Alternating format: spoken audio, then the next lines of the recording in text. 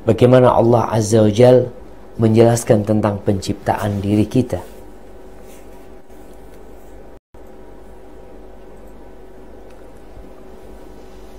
Ar-Rum ayat 54.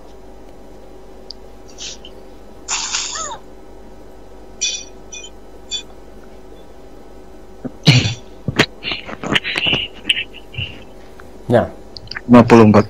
Ya, ayat 54. Tafadhal.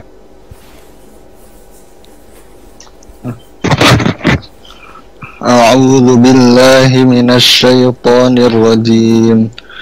Bismillahirrahmanirrahim.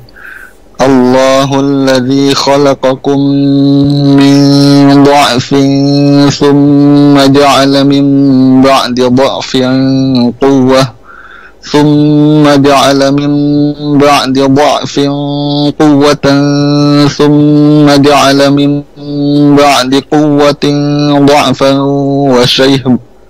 ثم جعل من بعد قوة ضعفا وشيبة يخلق ما يشاء وهو العليم القدير.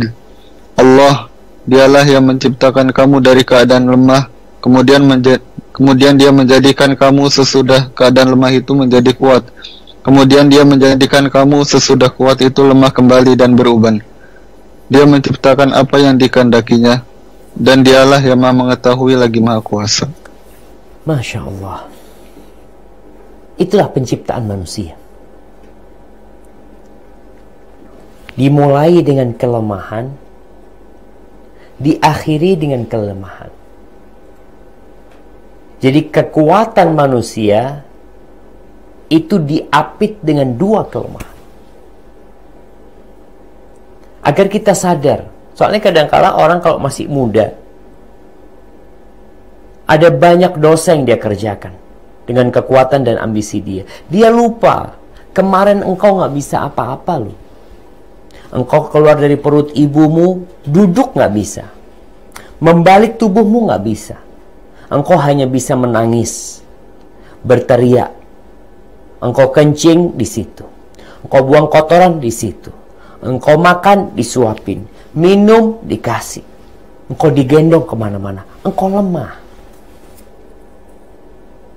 Dan nanti akhir hidupmu pun akan seperti itu. Engkau akan kembali lemah. Dengan segala penjagaanmu. Makanya kalau kita lihat ada orang-orang ingin awet muda, karena dia tahu nggak bisa dibohongin, kulitnya nggak bisa dibohongin, kekuatannya nggak bisa dibohongin. Oke lah, mungkin dia berbeda dengan orang lain. Dia lebih kuat karena dia menjaga kesehatan tubuhnya. Tapi tetap, kata Allah Subhanahu wa ta'ala, engkau sudah tidak muda lagi. Engkau sudah tua. Bahkan kita lihat ada orang-orang yang kembali lemah seperti dahulu ketika dia kecil. Dia pikun. Anaknya pun dia tidak mengenali. Nanti anaknya datang, ditanya, kamu siapa ya? Oh fulan, oh iya iya. Kadangkala dia sholat, harus diingatkan. Sholat ya ayah, sholat ibu. Oh udah masuk waktu sholat. Ada yang karena semangatnya ibadah, sholat duhur sampai 2 kali, sholat duhur sampai 3 kali. Udah jadi lemah. Allah menciptakan apa yang dia kehendaki. Wa huwal alimul qadir. Allah maha mengetahui dan Allah maha kuasa. Allah memberikan kehidupan kita, tujuan kita adalah untuk mengabdi kepada Allah Subhanahu wa ta'ala. Ketika engkau lemah, kata Nabi SAW, rufi'al qalam an thalat. Pena malaikat itu diangkat dari 3 jenis manusia. Yang pertama, anis sabi hatta yahtalim. Anak bayi sampai dia mimpi, sampai dia baligh. Wa anil majnun hatta yafiq. Orang gila sampai dia sadar. Wa anin naim hatta yastayqid. Orang yang tidur sampai dia terjaga. Ini orang-orang kondisinya akalnya nggak ada sama mereka. Belum lengkap akalnya, maka diangkat tuh pena. Tapi ketika engkau sudah balik, mulai dicatat. Engkau wajib melaksanakan tugasmu. Wah subhanallah, ternyata umur kita nggak panjang. Yang Allah ceritakan kelemahan ya, kalau kita ngelihat orang itu lemah ya, belum bisa mandiri, belum bisa berdiri sendiri. Kalau sekarang dari sejak lahir, lulus SD, ya lulus SD juga masih lemah, bergantung sama orang tuanya, makan dikasih orang tuanya, biaya sekolah sama orang tuanya. Kadangkala masa sekarang itu masa lemahnya lebih panjang.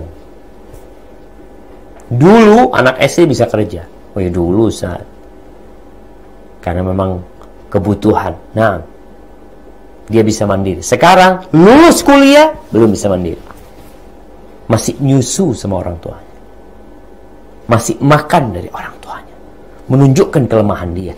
Ada apa? Padahal engkau itu sudah berada di masa muda, masa kuat, tapi ternyata engkau habiskan untuk hal-hal yang tidak berguna, sehingga engkau masih tergolong orang yang lemah. Kapan kuatnya? Wallahu a'lam. Secara fisik mungkin kuat, secara kemauan mungkin kuat, kemudian nanti anggap kuat-kuat, umur 40 tahun ya, 45, 50, mulai lemah lagi, sakit-sakitan, sering ke dokter. Ana berjumpa sama beberapa orang di rumah sakit ketika mengantar ayah. Ana tanya, ibu udah berapa kali ke sini? Oh, saya memang pasiennya beliau. Sudah sejak berapa tahun? Sudah 10 tahun. Sudah 10 tahun dia ke dokter ini. Udah lemah. Ada yang puluhan tahun mengkonsumsi obat. Kenapa? Ginjal